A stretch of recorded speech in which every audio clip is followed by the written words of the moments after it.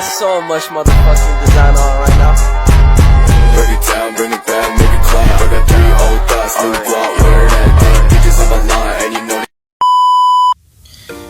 Assalamualaikum warahmatullahi wabarakatuh.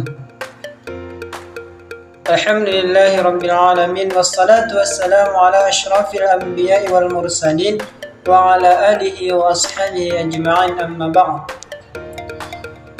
Yang saya hormati Bapak dosen pengampu, yakni Bapak Muhammad Iqbal Abdul Mu'in LCMA.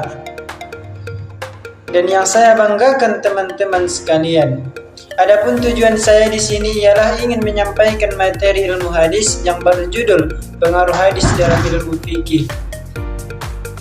Sebelum itu, perkenalkan, nama saya Ramadan Tanjung, NIM 0101242091, Fakultas Dakwah dan Komunikasi, jurusan Komunikasi Penyiaran Islam, semester 1. Masuklah kita ke materi pertama, yakni pendahuluan. Hadis memiliki peran yang sangat penting dalam fikih, karena selain Al-Quran, hadis merupakan sumber utama dalam menetapkan hukum-hukum Islam. Dan selanjutnya, materi yang kedua ialah tujuannya. Yang pertama, memahami sumber.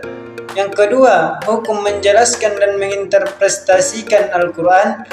3. Mengetahui praktik Nabi Muhammad SAW. 4. Mengembangkan pemahaman hukum yang komprehensif. Yang kelima, menangani masalah kontemporer. Yang keenam, meningkatkan kualitas ibadah. Yang ketujuh, membangun etika dan moralitas. Yang kedelapan, menjaga keaslian ajaran Islam. Selanjutnya, masuklah kita ke pembahasan.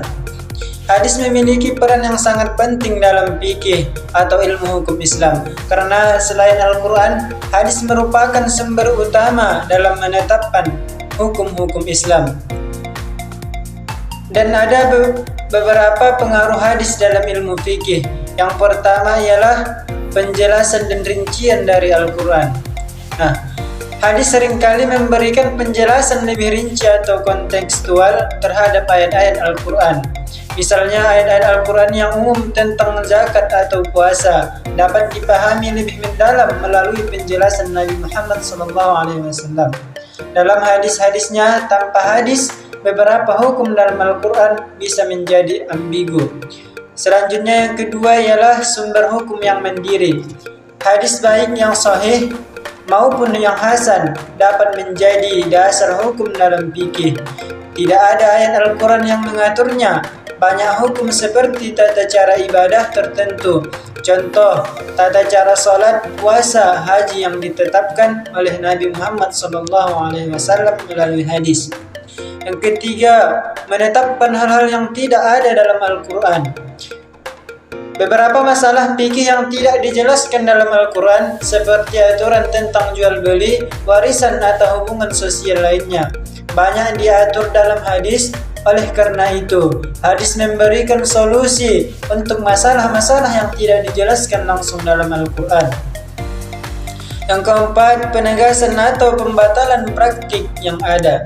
Nabi Muhammad SAW melalui hadis-hadisnya juga seringkali menegaskan atau membatalkan praktik-praktik yang sudah ada di masyarakat pada waktu itu, baik dalam bidang sosial, ekonomi maupun ibadah.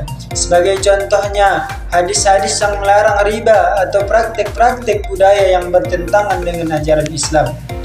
Yang kelima, ijma' dan qiyas. Hadis yang sahih juga menjadi sumber dasar dalam proses ijtihad, yaitu penetapan hukum melalui pemikiran rasional. Melalui hadis, para ulama mengembangkan prinsip-prinsip hukum dengan menggunakan dua metode tersebut yang penting dalam fikih, yaitu ijma' atau konsensus para ulama dan qiyas atau analogi. Masuklah kita yang kesimpulannya, hadis merupakan salah satu sumber hukum dalam Islam. Setelah Al-Quran, ia memberikan penjelasan, rincian, dan konteks terhadap ayat-ayat Al-Quran, serta mengatur aspek-aspek kehidupan yang tidak secara eksplisit disebutkan dalam kitab suci. Hadis berkontribusi pada pengembangan berbagai mazhab dalam fikih. Setiap mazhab memiliki pendekatan yang berbeda dalam menafsirkan dan mengaplikasikan hadis, yang menghasilkan variasi dalam praktik hukum Islam. Sekianlah presentasi dari saya. Saya akhiri. Assalamualaikum warahmatullahi wabarakatuh. Selanjutnya di sini saya akan memberikan kuis. Jawablah pertanyaan berikut ini.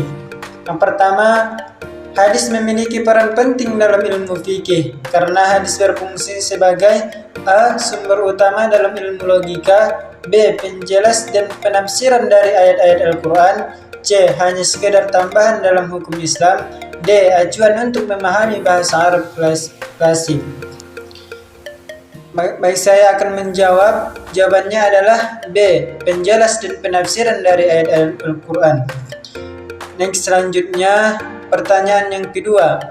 Dalam kaitannya dengan fikih, hadis berfungsi untuk A. Mengganti aturan dalam Al-Quran, B. Menetapkan hukum baru yang tidak terdapat dalam Al-Quran, C. Mengganti seluruh hukum fikih dengan aturan baru, D. Hanya digunakan sebagai referensi sekunder. Jawabannya adalah B. Menetapkan hukum baru yang tidak terdapat dalam Al-Quran. Next, soal yang ketiga. Apa pengaruh utama hadis terhadap ilmu fikih dalam menetapkan hukum? A. Menggantikan kedudukan Al-Quran, B. Menjadi sumber hukum utama yang mendahului Al-Quran, C. Melengkapi dan memperinci ajaran Al-Quran, D. Menghapuskan peraturan yang telah ada dalam Al-Quran. Jawabannya adalah C. Melengkapi dan memperinci ayat-ayat Al-Quran. Selanjutnya pertanyaan yang keempat. Dalam kajian ilmu fikih, hadis berfungsi sebagai sumber hukum setelah A. Qiyas, B. Ijma', C. Al-Quran, D. Fatwa ulama. Dan jawabannya adalah C. Al-Quran. Selanjutnya pertanyaan yang kelima. Hadis-hadis Nabi Muhammad SAW menjadi sumber penting dalam ilmu fikih karena A. Mengandung dasar-dasar ilmu pengetahuan umum, B. Memberikan rincian pelaksanaan ibadah yang tidak dijelaskan rinci dalam Al-Quran, C. Mengganti hukum yang tidak sesuai dengan masa kini, D. Sebagai alternatif dari Al-Quran untuk sebagian hukum. Jawabannya adalah C. Memberikan rincian pelaksanaan ibadah yang tidak dijelaskan rinci dalam Al-Quran. Mungkin sampai sini kuis dari saya, dan terima kasih kepada teman-teman yang ingin mendengarkan penjelasan dari saya. Saya akhiri. Wabillahi taufiq wal hidayah. Assalamualaikum warahmatullahi wabarakatuh.